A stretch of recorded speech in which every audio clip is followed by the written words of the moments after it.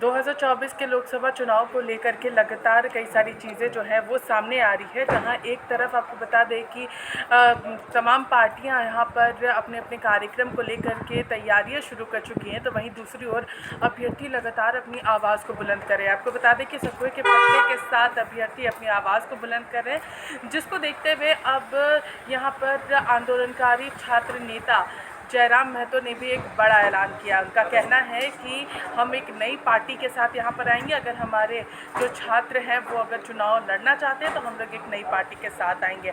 वहीं दूसरी ओर उनसे सवाल पूछा गया था क्या डुमरी विधानसभा में वो चुनाव लड़ेंगे, तो उसको लेकर के उनका कहना था कि अभी फ़िलहाल ऐसा कुछ नहीं सोचा है, क्योंकि जगन्नाथ महतो लगातार हम लोगों की आवाज़ बने थे। झारखंडियों की बातें जो है वो विधानसभा के अंदर और बाहर रखते हुए नजर आते। सीधे सुनिए क्या कुछ कहा है यहाँ पर जयराम महतो ने।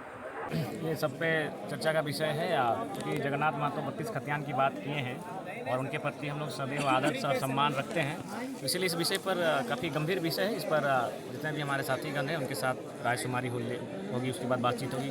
भले वो जैसे थे सरकार में थे, सरकार की गलत नीतियों का भी विरोध करते थे, बाहर भी करते थे, अंदर भी करते थे, यानी झारखंडियत भावना थी उनमें, और हम लोग भी झारखंडियत भावना के साथ लड़ रहे हैं। तो और उपचुनाव में भी 6 महीना का समय बचा है, तो सारी चीज़ों को कि हमारा उससे क्या नुकसान नफा, क्योंकि देखिए जब चुनाव में आप आते हैं तो सारी चीज़ों को देखना पड़ता है। उसके बाद जाहिर सी बात तो एक पुरोधा रहे हैं, महापुरुष रहे हैं, तो ऐसी परिस्थिति में हम लोग कुछ ऐसा ही कदम उठाएंगे ताकि ना हमारे लिए हमें ये सोचना पड़े कि हमने कोई गलत निर्णय लिया है, ना हमारे साथियों को और ना ही राज्यवासियों को। तो पुनः कहेंगे जगन्नाथ महतो जी, उनकी कमी राज्य को हमेशा खिलेगी। उस महापुरुष को नमन करते हैं, उनकी जीवटता, उनकी विचारधारा को हम लोग नमन करते हैं। देखिए, मैंने स्पष्ट शुरू से कहा है कि हम लोग छात्र हैं, चाहे मनोज यादव रहें, देवेंद्र नाथ महतो रहें, या फिर जो अन्य साथी हैं, या मैक्सिमम पढ़ने वाले सभी छात्र हैं। ये छात्र राजनीति किए हैं, न जाने दर्जन फॉर्म भरने का काम किया है, और अभी भी जितने भी लोग आए हैं 75% जो स्टूडेंट हैं वो फॉर्म भरने वाले ही हैं।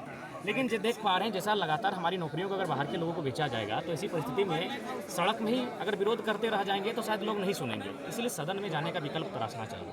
तो सदन में जाने का विकल्प, उसकी चर्चा हुई, और इस दरमियान हम लोग जो भी लोग आंदोलन कर रहे हैं, पूरे राज्य में आंदोलन कर रहे हैं, तमाम संगठनों के माध्यम से कर रहे हैं, उनको सभी को साथ में लेने के लिए उनको एक पत्र जारी किया जाएगा, एसपी कोर्ट्स के माध्यम से उन तक सूचना संप्रेषित की जाएगी कि आप अपना आशीर्वाद हेतु हम लोग का जो युवा हैं, जो आज कंटिन्यू आंदोलन कर रहे हैं, लगातार झारखंड के मुद्दों पर आंदोलन कर रहे हैं, उनका समर्थन करें और 2024 की एक वैकल्पिक तैयारी करें। क्या झारखंडी भाषा खतियान संघर्ष समिति है, इसे एक जो केंद्रीय कमेटी जो अभी तक फिलहाल कोयलांचल के क्षेत्र में सक्रिय रूप में कार्य कर रही थी, आज इसे विभिन्न प्रमंडलों के लगभग 5 प्रमंडलों के नौजवान यहाँ आए। शायद पलामू छूटा था, तो उसके बाद ये हमारी रणनीति बनी, और कि बाकी जो प्रमंडल हैं, बाकी जो हमारे ज़िले हैं, वहाँ तक इस आंदोलन की धार को कैसे लेकर जाया जाए, वहाँ तक लोगों को कैसे मोटिवेट किया जाए कि आखिर राज्य में हमारे साथ जो नुकसान हो रहा है इसकी भरपाई कैसे हो। तो कुल मिलाकर झारखंडी भाषा खतियान संघर्ष समिति के जितने भी नौजवान हैं और जो भी अन्य प्रमंडलों से चलकर आए हैं, वो एक संकल्प के तौर पर इसका आज की जो विचारधाराएँ हैं उसे अपने गाँव तक लेकर जाएंगे।